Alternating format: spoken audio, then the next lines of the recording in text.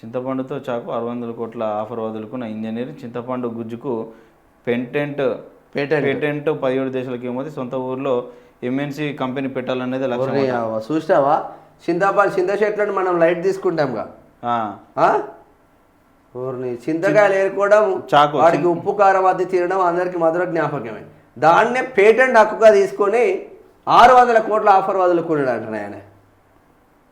ఈ చింతపండు చాకు ఉంటుంది కదా, కట్టెపుల్లకు చింతపండు విచ్చి చిన్నపిల్లలకి తింటారు కదా, అది ఎక్కడ తను చిన్నప్పుడు చింత చెట్టు కింద చింతకాయలు ఏరుకోవడం, వాటికి ఉప్పు కారం అద్ది తినడం అందరికీ మధుర జ్ఞాపకమే. కానీ ఆ జ్ఞాపకాన్ని ఒక ఇంజనీర్ భారీ వ్యాపారంగా మార్చాడు. కర్ణాటకలోని బెలగం పట్టణానికి చెందిన గిరీష్ హలసాగి అనే ఇంజనీర్ చింతపండుతో చాకో తయారు చేశారు. దీనికోసం ఆయన ఏకంగా 600 కోట్ల జాబ్ ఆఫర్ను తిరస్కరించారు. 9 ఏళ్ల కష్టానికి ఫలితంగా ఇప్పుడు ఆయన తయారు చేసిన ఆ ఇమ్లీ చాకో పేటెంట్ లభించింది. చింతపండు చాకోకు ఆ పేటెంట్ పొందిన మొదటి భారతీయుడిగా గిరీష్ రికార్డు సృష్టించారు. 600 కోట్ల ఆఫర్ రిజెక్ట్ ఆ గిరీష్ హలసాని నేపథ్యం చాలా ఆసక్తికరంగా ఉంది. ఏమున్నా చూద్దామా, గమ్మత్తుంది అది.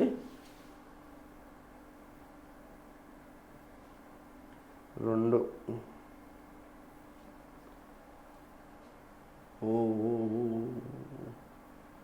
మూడు పోయినప్పుడే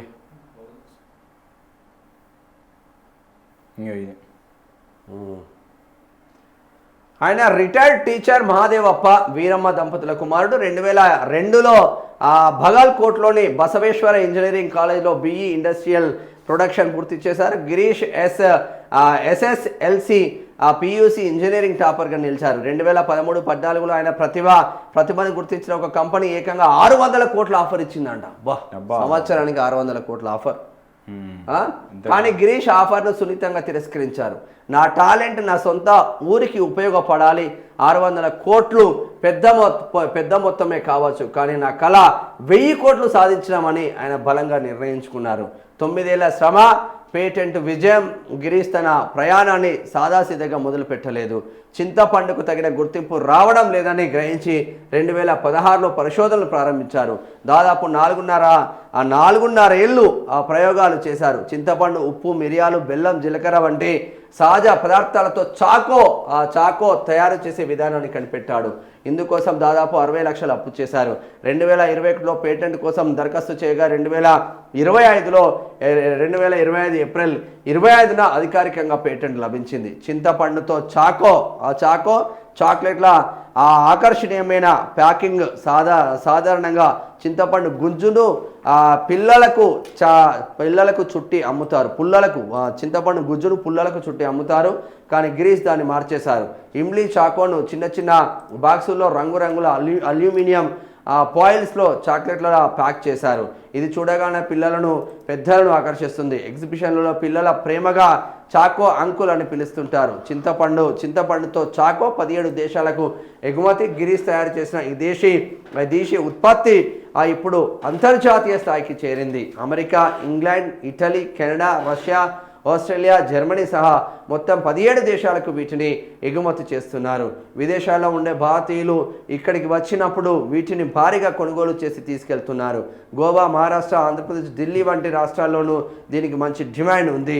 పేటెంట్ వచ్చిన తర్వాత డిమాండ్ మరింత పెరిగిందని గిరీష్ తెలిపారు.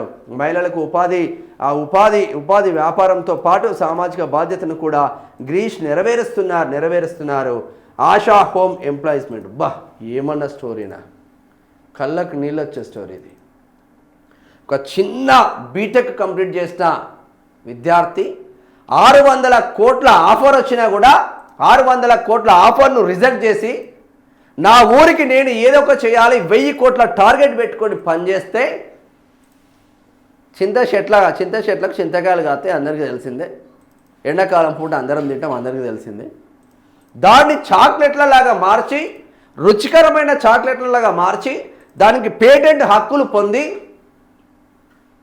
కర్ణాటకలో స్టార్ట్ చేసిన ఈ చింతకాయలు, ఈ చాక్లెట్లు ప్రపంచ దేశాలకు ఎగుమతులు చేస్తూ ఉన్నారు.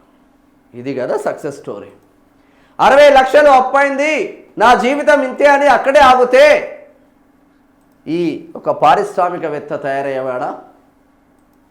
ఉద్యోగం చేస్తే అదే కంపెనీలో ఉద్యోగస్తుడిగా ఉంటాం, అంతకుమించి ఒరిగింది ఏం లేదు కదా.